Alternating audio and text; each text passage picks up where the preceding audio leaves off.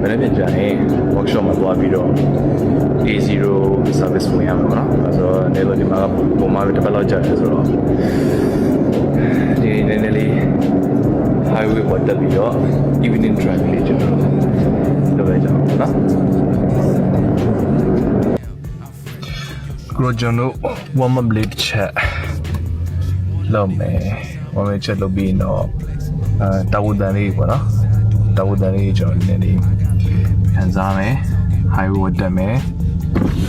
warm up ဆိုရင်တော့အောက်ကနည်းနည်းလေးရှင်းကားတော့ကျွန်တော်တို့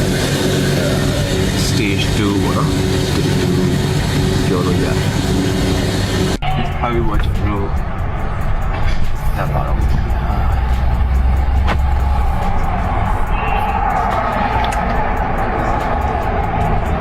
ကျွန်တော်ဒီ S500 ကိုမှကျွန်တော် E ပေါ့နော် E ဆိုတော့ V6 ဆိုမှ twin turbo မှာသူကကျွန်တော်တို့ဒီ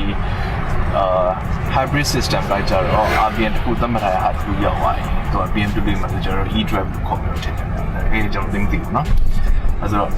RPM တခုကျွန်တော်သတ်မှတ်ထားရောက်သွားတဲ့ခါကျရင်သူကနောက်မှာ e-boost အနေနဲ့ကျွန်တော်တို့ electric motor နဲ့ boost ပေးတယ်နော်။ဒါပေမဲ့သူရဲ့ main power ကတော့ကျွန်တော်တို့ကလာများတယ်ဖြစ်တာဘောလာများတယ်ပေါ့နော်အားလုံး model ပြီးတော့ stage 2ရှိမယ်ပြီးတော့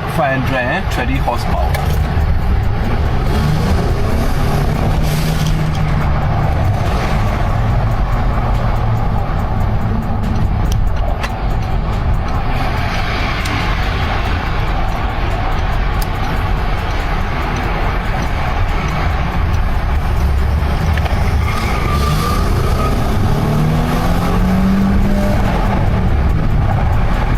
တိုင်းချက်နားထောင်ကြည့်နော်အတန်းတော့ကျွန်တော်ကြားမကြားတော့သိကြဘူးဗျ